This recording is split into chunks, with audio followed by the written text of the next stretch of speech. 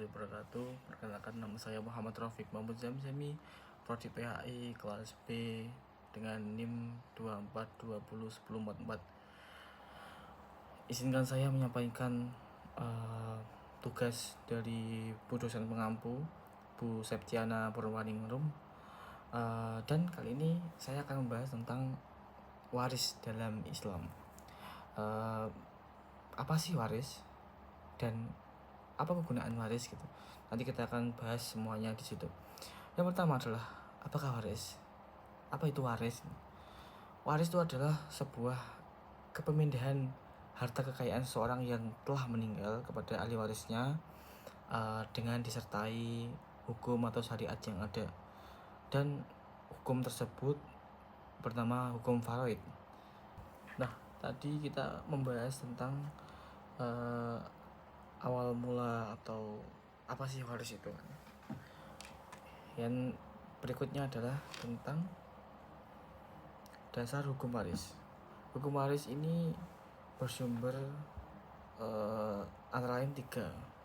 Yang pertama dari Al-Quran, yang kedua dari hadis, yang ketiga dari ijma ulama. Yang pertama adalah dari Quran. Antara lain adalah Quran surat An-Nisa ayat 7, 11, 12, dan 176. Dan dari hadis Nabi Muhammad SAW yang berbunyi, berikanlah bagian warisan kepada orang yang layak menerimanya. Hadis riwayat Bukhari dan Imam Muslim. Yang terakhir adalah ijma ulama, kesepakatan para ulama tentang pembagian waris.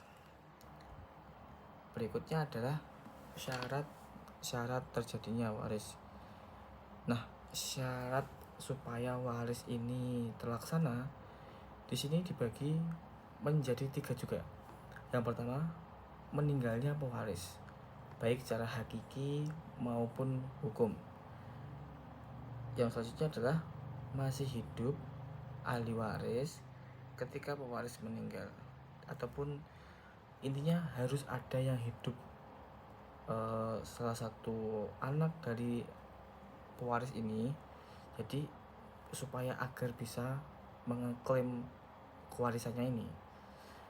Yang ketiga adalah adanya hubungan yang sah antara pewaris dan ahli waris, yang disebut adalah kayak nasab gitu kan, pernikahan atau walak. Dan selanjutnya di sini ada sebab-sebab mewarisi. Nah, yang pastinya namanya pewaris kan ada sebab yang paling penting ya kan, untuk mendapatkan warisan tersebut. Ahli waris dapat memperoleh warisan karena yang pertama, hubungan darah atau nasab seperti anak, orang tua, atau saudara. Yang ketiga adalah hubungan pernikahan, suami ataupun istri gitu. Yang terakhir adalah hubungan wala. Apa sih wala ini? Wala ini mungkin kita jarang dengar ya, tapi untuk di bagian waris, wala adalah kaitan karena pembebasan budak. Meskipun zaman sekarang budak itu sudah nggak ada ya, tapi di sini tertera dari 3 tersebut, yaitu hubungan darah atau nasab, hubungan pernikahan, atau hubungan walak tadi. Yang terakhir, bukan yang terakhir, selanjutnya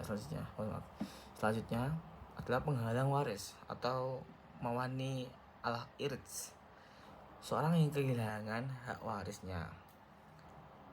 Seseorang dapat gagal mendapatkan waris ataupun kehilangan hak warisnya ketika diantaranya membunuh si pewaris, dan berbeda agama dengan pewaris, status tidak merdeka atau budak. Itu tadi, walaupun budak sudah tidak ada di zaman sekarang, tetapi ketentuannya memang seperti itu.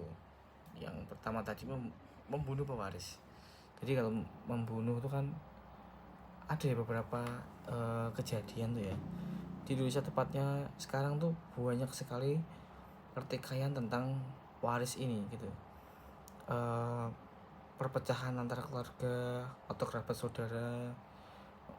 Waris ini terkadang waris emang dibolehkan, tetapi terkadang tuh banyak orang yang menyalahgunakan tentang waris ini. Saya mendengar berita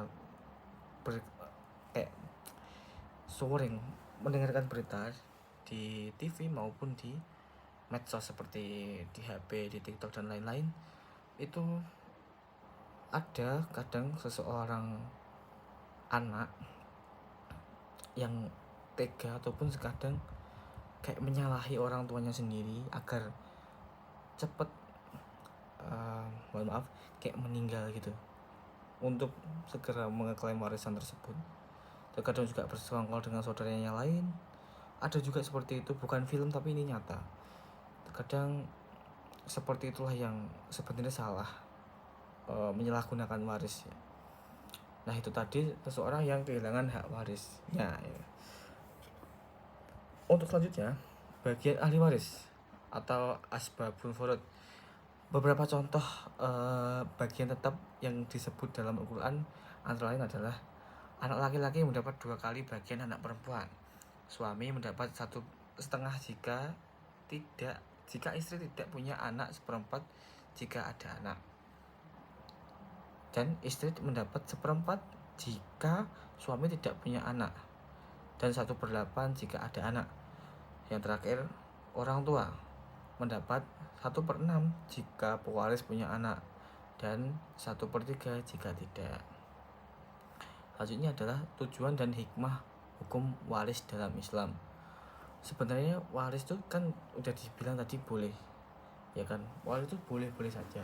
Tapi ada kalanya orang-orang tuh menyalahgunakan hak tersebut dan terlalu mengambil langkah yang berani atau menentang syariat gitu. Tujuan dan hikmah hukum waris adalah yang pertama, menegakkan keadilan dan keseimbangan dalam pembagian harta ataupun adil. Yang pertama itu kan fungsi waris. Dan menghindari perebutan dan permusuhan dalam keluarga supaya tidak menimbulkan pertikaian atau perpisahan dari keluarga.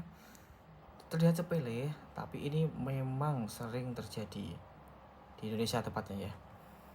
Dan menunjukkan keberlanjutan ekonomi keluarga setelah kematian pewaris atau mengembangkan siapa tahu nanti dapat warisan untuk habis itu dibuat tanah wakaf apa gimana gitu, bisa jadi boleh juga, atau membuat usaha lebih lanjut bisa.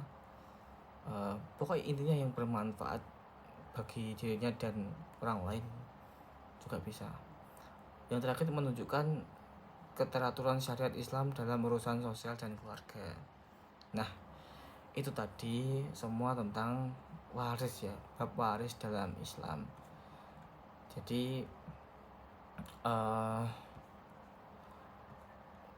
dalam Islam waris itu boleh, tetapi harus juga memenuhi syariat dan aturan yang ada. Tidak boleh langsung seperti tadi yang saya ceritakan tentang pertikaian yang ada gitu. Nah, kesimpulannya adalah hukum waris dalam Islam merupakan bagian penting dari syariat yang bertujuan untuk menjaga keadilan dan ketertiban dalam masyarakat. Ketentuan mengenai warisan sudah diatur secara jelas dalam Al-Quran dan hadis, sehingga tidak boleh disimpangkan oleh pendapat manusia. Melalui pembagian warisan ini sesuai dengan aturan Islam, umat Islam dapat mewujudkan kehidupan keluarga yang harmonis, damai, terhindar dari konflik, dan tetap menjunjung nilai keadilan. Dengan demikian, hukum waris Islam bukan hanya mengatur pembagian harta, tapi juga mencerminkan kebijaksanaan Allah Subhanahu wa Ta'ala dalam mengatur kehidupan manusia. Nah, itulah saksi semua materi tentang waris yang dapat saya sampaikan. Saya mohon maaf jika ada kurang lebihnya. Dari saya, Muhammad Rafiq Muzamzami, mohon maaf sebesar-besarnya jika ada salah kata maupun salah penyampaian dari materi kali ini. Mohon dikoreksi dan sebagai improve kedepannya.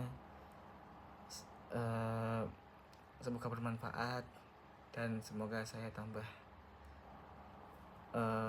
bagus public speakingnya. Terima kasih. Assalamualaikum warahmatullahi wabarakatuh.